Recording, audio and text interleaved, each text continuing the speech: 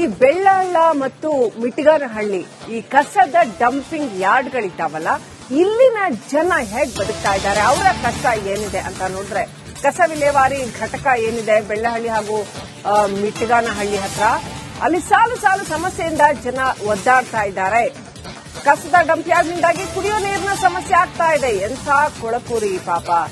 ಆ ಕುಡಿಯೋ ನೀರಿನ ಬೋರ್ವೆಲ್ಗಳಲ್ಲಿ ಕೊಳಚೆ ಮಿಶ್ರಿತ ನೀರು ಬರ್ತಾ ಇದೆಯಂತೆ. ಈ ಕಸದ ನೀರೆಲ್ಲ ಸೀಪಿನ್ ಆಗಿರುತ್ತೆ, ಅಲ್ಲಿ ನೆಲದ ಒಳಗಡೆ ಹೋಗಿರುತ್ತೆ. ಆ ಬೋರ್ವೆಲ್ಗಳಲ್ಲಿ ಕೂಡ ಸ್ಮೆಲ್ ಬರ್ತಾ ಇದೆ ನೀರು ಅಂತ, ಕೊಳಚೆ ಮಿಶ್ರಿತ ನೀರು ಬರ್ತಾ ಇದೆ ಅಂತ. ಅದನ್ನು ಕೂಡ ಕಾಯಿಸಿ ಕುಡಿಬೇಕಷ್ಟೇ ಅಂತ.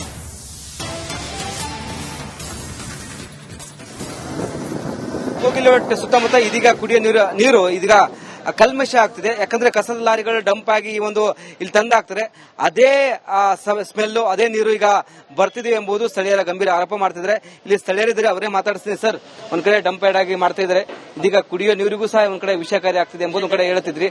ಏನ್ ಸರ್ ವಿಚಾರ ಅಂತ? ಸರ್, ಬೋರ್ ಹಾಕ್ಸಿದ್ರೆ ಬೋರ್ವೆಲ್ ವಾಸನೆ ಸ್ಮೆಲ್ ಬರ್ತದೆ, ಎಲ್ಲ ಮಾಲಿನ್ಯ ಬಂದ್ಬಿಟ್ಟಿದೆ. ನೀರಿನ ಕಸಿನ ಡಂಪ್ ಕೆಳಗಡೆ ಎಲ್ಲ ಇಳಿದು ತುಂಬಾ ಕುಡಿಯಕ್ಕೆ ನೀರೇ ಇದಾಗ್ತಾ ಇಲ್ಲ. ಊಟ ಮಾಡಕ್ ಹೋದ್ರು ನೊಣ ಸೊಳ್ಳೆ ಜೀವ ಅಂತ ಅದು ಬರ್ತದೆ. ಮಾಮೂಲಾಗಿ ಬೋರ್ವೆಲ್ ಹಾಕಿದ್ರೆ ಅದೇ ನೀರು ಸ್ಮೆಲ್ ನೀರು ಬರ್ತದೆ, ಹೇಗೆ ಸರ್? ಸ್ಮೆಲ್ ಬರ್ತದೆ, ನೀರೆಲ್ಲ ಮಾಲಿನ್ಯ ಆಗಿದೆ. ಹೌದು, ಸಿಬಿ ಅಧಿಕಾರಿ ಗಮನಕ್ಕೆ ತಂದಿಲ್ವಾ ಅಂತ ಈ ತರ? ಯಾಕಂದ್ರೆ ರೋಗ ರುಜಿನಗಳು ಬರ್ತದೆ, ನೀರು ಕಲುಷಿತ ಆಯ್ತಂದ್ರೆ ತಂದ್ರು ಆಫೀಸರ್ ಸ್ಪಂದಿಸ್ತಾ ಇಲ್ಲ ಯಾವುದೇ ರೀತಿ.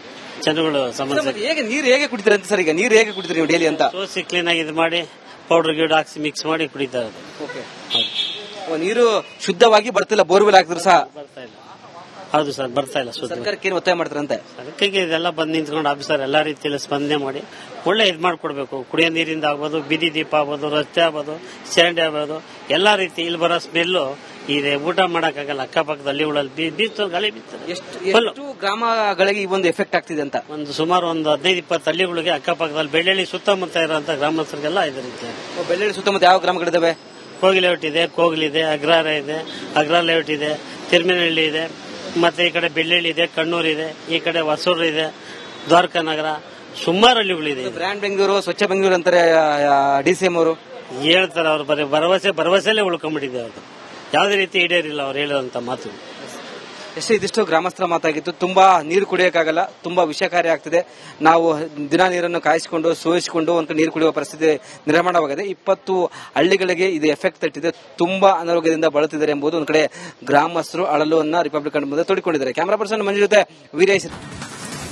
ಈ ಬೆಳ್ಳಾಳ ಮತ್ತು ಮಿಟಗಾನಹಳ್ಳಿ ಈ ಕಸದ ಡಂಪಿಂಗ್ ಯಾರ್ಡ್ಗಳಿದ್ದಾವಲ್ಲ, ಇಲ್ಲಿನ ಜನ ಹೇಗ್ ಬದುಕ್ತಾ ಇದ್ದಾರೆ, ಅವರ ಕಷ್ಟ ಏನಿದೆ ಅಂತ ನೋಡಿದ್ರೆ ಕಸ ವಿಲೇವಾರಿ ಘಟಕ ಏನಿದೆ ಬೆಳ್ಳಹಳ್ಳಿ ಹಾಗೂ ಮಿಟಗಾನಹಳ್ಳಿ ಹತ್ರ, ಅಲ್ಲಿ ಸಾಲು ಸಾಲು ಸಮಸ್ಯೆಯಿಂದ ಜನ ಒದ್ದಾಡ್ತಾ ಇದ್ದಾರೆ. ಕಸದ ಡಂಪ್ ಯಾರ್ಡ್ನಿಂದಾಗಿ ಕುಡಿಯೋ ನೀರಿನ ಸಮಸ್ಯೆ ಆಗ್ತಾ ಇದೆ. ಎಂಥ ಕೊಳಕೂರಿ ಪಾಪ.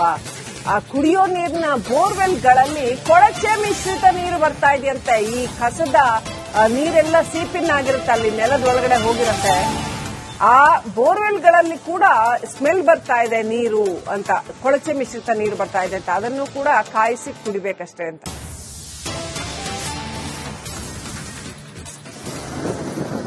ಕಿಲೋಮೀಟರ್ ಸುತ್ತಮುತ್ತ ಇದೀಗ ಕುಡಿಯೋ ನೀರು ಇದೀಗ ಕಲ್ಮಶ ಆಗ್ತಿದೆ. ಯಾಕಂದ್ರೆ ಕಸದ ಲಾರಿಗಳು ಡಂಪ್ ಆಗಿ ಈ ಒಂದು ಇಲ್ಲಿ ತಂದಾಕ್ತಾರೆ, ಅದೇ ಸ್ಮೆಲ್ಲು ಅದೇ ನೀರು ಈಗ ಬರ್ತಿದೆ ಎಂಬುದು ಸ್ಥಳೀಯರ ಗಂಭೀರ ಆರೋಪ ಮಾಡ್ತಿದ್ರೆ. ಇಲ್ಲಿ ಸ್ಥಳೀಯರಿದ್ರೆ ಅವರೇ ಮಾತಾಡಿಸ್ತೀನಿ. ಸರ್, ಒಂದ್ ಕಡೆ ಡಂಪ್ ಯಾರ್ಡ್ ಆಗಿ ಮಾಡ್ತಾ ಇದ್ದಾರೆ, ಇದೀಗ ಕುಡಿಯೋ ನೀರಿಗೂ ಸಹ ಒಂದ್ ಕಡೆ ವಿಷಕಾರಿ ಆಗ್ತಿದೆ ಎಂಬುದು ಒಂದ್ ಕಡೆ ಹೇಳ್ತಿದ್ರಿ.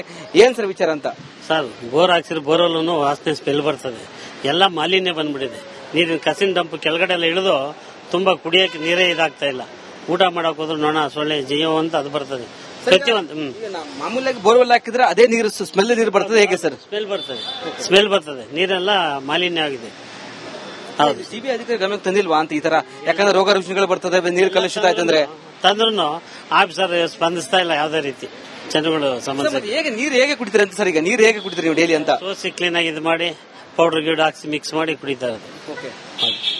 ನೀರು ಶುದ್ಧವಾಗಿ ಬರ್ತಿಲ್ಲ, ಬೋರ್ವೆಲ್ ಹಾಕಿದ್ರು ಸಹ ಬರ್ತಾ ಇಲ್ಲ.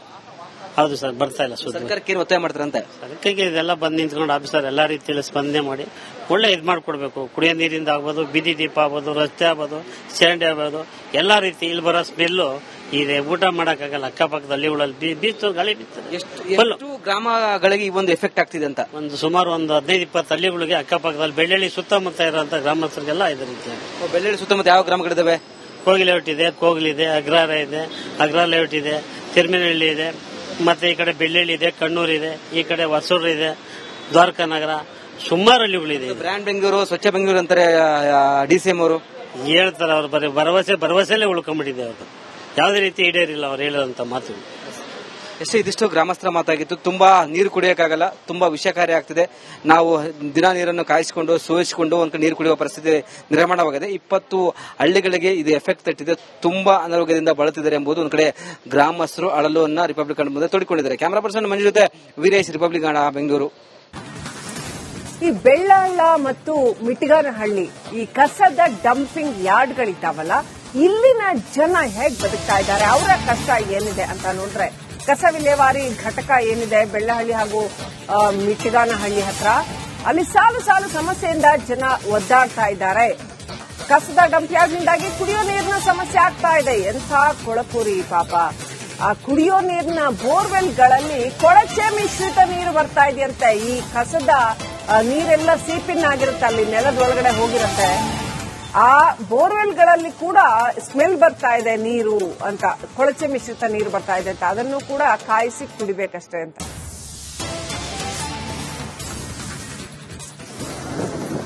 ಕೋಗಿಲೋಟ್ ಸುತ್ತಮುತ್ತ ಇದೀಗ ಕುಡಿಯೋ ನೀರು ಇದೀಗ ಕಲ್ಮಶ ಆಗ್ತಿದೆ. ಯಾಕಂದ್ರೆ ಕಸದ ಲಾರಿಗಳು ಡಂಪ್ ಆಗಿ ಈ ಒಂದು ಇಲ್ಲಿ ತಂದಾಕ್ತಾರೆ. ಅದೇ ಸ್ಮೆಲ್ಲು, ಅದೇ ನೀರು ಈಗ ಬರ್ತಿದೆ ಎಂಬುದು ಸ್ಥಳೀಯರ ಗಂಭೀರ ಆರೋಪ ಮಾಡ್ತಿದ್ದಾರೆ. ಇಲ್ಲಿ ಸ್ಥಳೀಯರಿದ್ರೆ ಅವರೇ ಮಾತಾಡಿಸ್ತೀನಿ. ಸರ್, ಒಂದ್ ಕಡೆ ಡಂಪ್ ಯಾರ್ಡ್ ಆಗಿ ಮಾಡ್ತಾ ಇದ್ದಾರೆ, ಇದೀಗ ಕುಡಿಯೋ ನೀರಿಗೂ ಸಹ ಒಂದ್ ಕಡೆ ವಿಷಕಾರಿ ಆಗ್ತಿದೆ ಎಂಬುದು ಒಂದ್ ಕಡೆ ಹೇಳ್ತಿದ್ರಿ. ಏನ್ ಸರ್ ವಿಚಾರ ಅಂತ? ಸರ್, ಬೋರ್ ಹಾಕ್ಸಿರೋ ಬೋರಲ್ಲೂ ವಾಸನೆ ಸ್ಮೆಲ್ ಬರ್ತದೆ. ಎಲ್ಲ ಮಾಲಿನ್ಯ ಬಂದ್ಬಿಟ್ಟಿದೆ. ನೀರಿನ ಕಸಿನ ಡಂಪ್ ಕೆಳಗಡೆ ಎಲ್ಲ ಇಳಿದು ತುಂಬಾ ಕುಡಿಯಕ್ಕೆ ನೀರೇ ಇದಾಗ್ತಾ ಇಲ್ಲ. ಊಟ ಮಾಡಕ್ ಹೋದ್ರು ನೋಣ, ಸೊಳ್ಳೆ, ಜೀವ ಅಂತ ಅದು ಬರ್ತದೆ. ಮಾಮೂಲಾಗಿ ಬೋರ್ವೆಲ್ ಹಾಕಿದ್ರೆ ಅದೇ ನೀರು ಸ್ಮೆಲ್ ನೀರು ಬರ್ತದೆ, ಹೇಗೆ ಸರ್? ಸ್ಮೆಲ್ ಬರ್ತದೆ, ನೀರೆಲ್ಲ ಮಾಲಿನ್ಯ ಆಗಿದೆ. ಹೌದು. ಸಿಬಿಐ ಅಧಿಕಾರಿ ಗಮನಕ್ಕೆ ತಂದಿಲ್ವಾ ಅಂತ ಈ ತರ? ಯಾಕಂದ್ರೆ ರೋಗ ರುಜಿನಗಳು ಬರ್ತದೆ, ನೀರು ಕಲುಷಿತ ಆಯ್ತಂದ್ರೆ ತಂದ್ರು ಆಫೀಸರ್ ಸ್ಪಂದಿಸ್ತಾ ಇಲ್ಲ ಯಾವುದೇ ರೀತಿ ಜನಗಳು ಸಮಸ್ಯೆ. ಹೇಗೆ ನೀರು ಹೇಗೆ ಕುಡಿತೀರಿ ಅಂತ ಸರ್? ಈಗ ನೀರು ಹೇಗೆ ಕುಡಿತೀರಿ ನೀವು ಡೈಲಿ ಅಂತ? ಸೋಸಿ ಕ್ಲೀನ್ ಆಗಿ ಇದು ಮಾಡಿ ಪೌಡರ್ ಗಿಡ ಹಾಕಿ ಮಿಕ್ಸ್ ಮಾಡಿ ಕುಡಿತಾರೆ. ನೀರು ಶುದ್ಧವಾಗಿ ಬರ್ತಿಲ್ಲ, ಬೋರ್ವೆಲ್ ಹಾಕಿದ್ರು ಸಹ ಬರ್ತಾ ಇಲ್ಲ. ಹೌದು ಸರ್, ಬರ್ತಾ ಇಲ್ಲ. ಸರ್ಕಾರಕ್ಕೆ ಏನು ಒತ್ತಾಯ ಮಾಡ್ತಾರಂತೆ? ಅದಕ್ಕಾಗಿ ಇದೆಲ್ಲ ಬಂದು ನಿಂತ್ಕೊಂಡು ಆಫೀಸರ್ ಎಲ್ಲಾ ರೀತಿಯಲ್ಲಿ ಸ್ಪಂದನೆ ಮಾಡಿ ಒಳ್ಳೆ ಇದ್ ಮಾಡ್ಕೊಡ್ಬೇಕು. ಕುಡಿಯೋ ನೀರಿಂದ ಆಗ್ಬೋದು, ಬೀದಿ ದೀಪ ಆಗ್ಬೋದು, ರಸ್ತೆ ಆಗ್ಬೋದು, ಚರಂಡಿ ಆಗ್ಬೋದು, ಎಲ್ಲಾ ರೀತಿ ಇಲ್ಲಿ ಬರೋ ಸ್ಮೆಲ್ಲು ಇದೆ. ಊಟ ಮಾಡಕ್ಕಾಗಲ್ಲ. ಅಕ್ಕಪಕ್ಕದ ಹಳ್ಳಿಗಳಲ್ಲಿ ಬೀಚು ಗಾಳಿ ಬೀಳ್ತದೆ. ಎಷ್ಟು ಗ್ರಾಮಗಳಿಗೆ ಈ ಒಂದು ಎಫೆಕ್ಟ್ ಆಗ್ತಿದೆ ಅಂತ? ಸುಮಾರು ಒಂದು 15-20 ಹಳ್ಳಿಗಳಿಗೆ ಅಕ್ಕಪಕ್ಕದಲ್ಲಿ ಬೆಳ್ಳಿ ಸುತ್ತಮುತ್ತ ಇರುವಂತ ಗ್ರಾಮಸ್ಥರಿಗೆಲ್ಲ ಇದೆ ರೀತಿ. ಬೆಳ್ಳಿ ಸುತ್ತಮುತ್ತ ಯಾವ ಗ್ರಾಮಗಳಿದಾವೆ? ಕೋಗಿ ಲೇಔಟ್ ಇದೆ, ಕೋಗ್ಲಿದೆ, ಅಗ್ರಹಾರ ಇದೆ, ಅಗ್ರ ಲೇಔಟ್ ಇದೆ, ತಿರುಮೇನಹಳ್ಳಿ ಇದೆ, ಮತ್ತೆ ಈ ಕಡೆ ಬೆಳ್ಳಿ ಇದೆ, ಕಣ್ಣೂರ್ ಇದೆ, ಈ ಕಡೆ ಹೊಸೂರು ಇದೆ, ದ್ವಾರಕಾ ನಗರ, ಸುಮಾರು ಹಳ್ಳಿಗಳಿದೆ. ಬ್ರ್ಯಾಂಡ್ ಬೆಂಗಳೂರು, ಸ್ವಚ್ಛ ಬೆಂಗಳೂರು ಅಂತಾರೆ DCM ಅವರು. ಹೇಳ್ತಾರೆ ಅವ್ರು ಬರೀ ಭರವಸೆಲ್ಲೇ ಉಳ್ಕೊಂಡ್ಬಿಟ್ಟಿದೆ. ಅವ್ರು ಯಾವುದೇ ರೀತಿ ಈಡೇರಿಲ್ಲ ಅವ್ರು ಹೇಳೋದಂತ ಮಾತು. ಇದಿಷ್ಟು ಗ್ರಾಮಸ್ಥರ ಮಾತಾಗಿತ್ತು. ತುಂಬಾ ನೀರು ಕುಡಿಯಕ್ಕಾಗಲ್ಲ, ತುಂಬಾ ವಿಷಕಾರಿ ಆಗ್ತಿದೆ. ನಾವು ದಿನ ನೀರನ್ನು ಕಾಯಿಸಿಕೊಂಡು ಸೋಸಿಕೊಂಡು ಒಂದ್ ಕಡೆ ನೀರು ಕುಡಿಯುವ ಪರಿಸ್ಥಿತಿ ನಿರ್ಮಾಣವಾಗಿದೆ. 20 ಹಳ್ಳಿಗಳಿಗೆ ಇದು ಎಫೆಕ್ಟ್ ತಟ್ಟಿದೆ. ತುಂಬಾ ಅನಾರೋಗ್ಯದಿಂದ ಬಳಲ್ತಿದ್ದಾರೆ ಎಂಬುದು ಒಂದ್ ಕಡೆ ಗ್ರಾಮಸ್ಥರು ಅಳಲುವನ್ನ ರಿಪಬ್ಲಿಕ್ ಕನ್ನಡ ಮುಂದೆ ತೋಡಿಕೊಂಡಿದ್ದಾರೆ. ಕ್ಯಾಮರಾ ಪರ್ಸನ್ ಮಂಜು ಜೊತೆ ವೀರೇಶ್, ರಿಪಬ್ಲಿಕ್ ಕನ್ನಡ, ಬೆಂಗಳೂರು.